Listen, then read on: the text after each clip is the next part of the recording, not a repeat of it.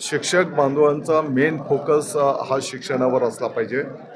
विद्यार्थ्यांना गुणवत्तापूर्ण आनंददायी शिक्षण कसं देता येईल या विषयावर त्यांनी काम केलं पाहिजे।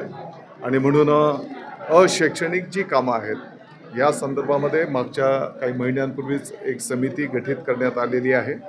त्या समितीच्या माध्यमातून अनेक चांगल्या सूचना त्या ठिकाणी आलेल्या आहेत आणि मला वाटतं की लवकरच अशैक्षणिक कामं कमी करण्याचा निर्णय विभागाच्या वतीने केला जाईल।